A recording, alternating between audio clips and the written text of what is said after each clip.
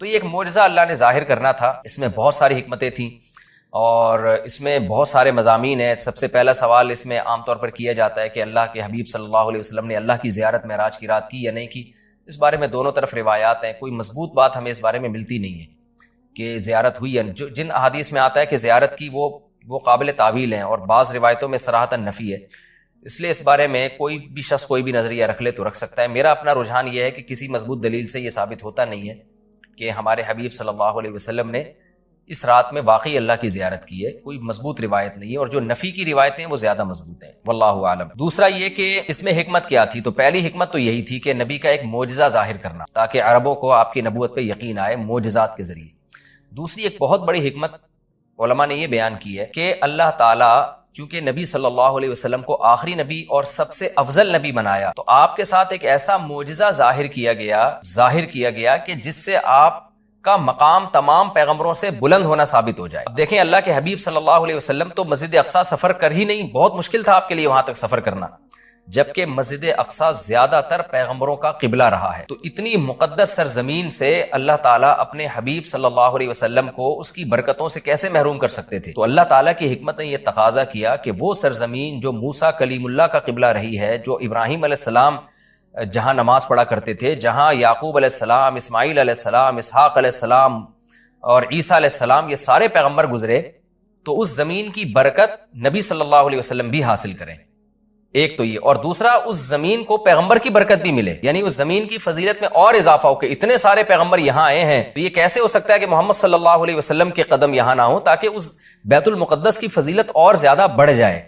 یہ نہ کہا جا سکے کہ یہ جگہ تمام پیغمبر تو آئے مگر محمد صلی اللہ علیہ وسلم نہیں آئے، تو اللہ نے اس جگہ کو بھی مزید برکتیں دی اور محمد صلی اللہ علیہ وسلم کی برکتوں میں بھی اللہ نے اضافہ کیا تاکہ آپ کی فضیلت ثابت ہو جائے۔ دوسرا یہ کہ وہاں جا کے تمام پیغمبروں کی امامت کروائی گئی ہے، اس سے بھی پیغمبر صلی اللہ علیہ وسلم کی فضیلت کو ثابت کرنا مقصد تھا کہ کیونکہ امام سب سے افضل کو بنایا جاتا ہے، تو آدم علیہ السلام سے لے کر حضرت عیسیٰ روح اللہ تک تمام پیغمبروں کو نبی کی قیادت میں نماز پڑھوائی گئی، نبی کی امامت میں، تاکہ پریکٹیکلی پیغمبر صلی اللہ علیہ وسلم کی امامت ثابت ہو، اور یہ مضمون بتا دیا جائے کہ محمد صلی اللہ علیہ وسلم کے دنیا میں آنے کے بعد اب امامت یہ پیغمبر صلی اللہ علیہ وسلم کا حق ہے، جیسے کہ حدیث میں آتا ہے لو کان موسیٰ حیا لما وسعہ الا اتباعی، کہ اگر موسیٰ بھی زندہ ہوں تو میری اتباع کے بغیر چارہ نہیں ہے۔ تبھی حضرت عیسیٰ بھی قرب قیامت میں آئیں گے نا، تو آپ صلی اللہ علیہ وسلم ہی کو وہ فالو کریں گے۔ تو اس کا ایک عملی نمونہ پیش کرنا تھا کہ لوگ اب نبی جب دنیا میں آ گئے ہیں محمد صلی اللہ علیہ وسلم، تو تمام شریعتیں منسوخ، اب آپ صلی اللہ علیہ وسلم ہی کو سب نے فالو کرنا ہے۔ تو یہ ساری حکمتیں تھیں جس کے لیے معراج کا واقعہ وجود میں لایا گیا۔ الذی بارکنا حولہ، تو اس آیت سے تو یہ پتہ چلتا ہے نا کہ اللہ تعالیٰ اپنے حبیب صلی اللہ علیہ وسلم کو مسجد اقصیٰ تک لے کر گئے، اور حکمت کیا تھی وہ میں نے بتا دیا آپ کو۔ لیکن اس کے کچھ فقہی احکام بھی ہیں، ان کا سمجھنا بھی ضروری ہے۔ قرآن کی جو نص ہے نا بالکل واضح آیت، اس میں تو اللہ تعالیٰ نے مسجد حرام سے مسجد اقصیٰ تک کے سفر کا تذکرہ کیا ہے، اور صاف طور پر اللہ کیا کہتے ہیں، اسرا بعبدہ، وہ ذات جو اپنے بندے کو لے کر گئی۔ یہ بات خوب اچھی طرح سمجھ لیں کہ بعض حضرات اس بات کے شروع میں قائل رہے ہیں، بہت تھوڑی سی جماعت ہے، کہ معراج جو ہے یہ خواب میں ہوئی ہے، لیکن پھر امت کا اس پر اجماع ہو گیا دلائل کی روح سے کہ معراج خواب میں نہیں ہے بلکہ جسمانی ہے، لہذا پوری امت کا تمام فقہا محدثین کا اس پر اجماع ہوا کہ یہ خواب میں نہیں ہوا بلکہ یہ جسمانی، یعنی آپ کو جسد اطہر کے ساتھ لے جایا گیا ہے۔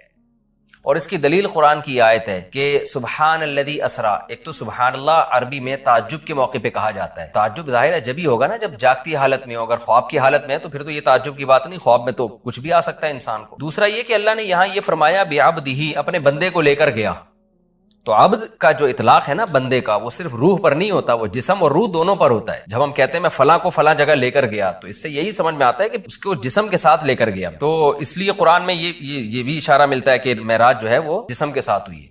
تو جو حضرات کہتے ہیں نا کہ روح کے ساتھ ہوئی ہے یعنی خواب میں ہوا ہے، وہ استدلال کرتے ہیں سورہ بنی اسرائیل کی ایک آیت میں جو آگے آئے گی انشاءاللہ،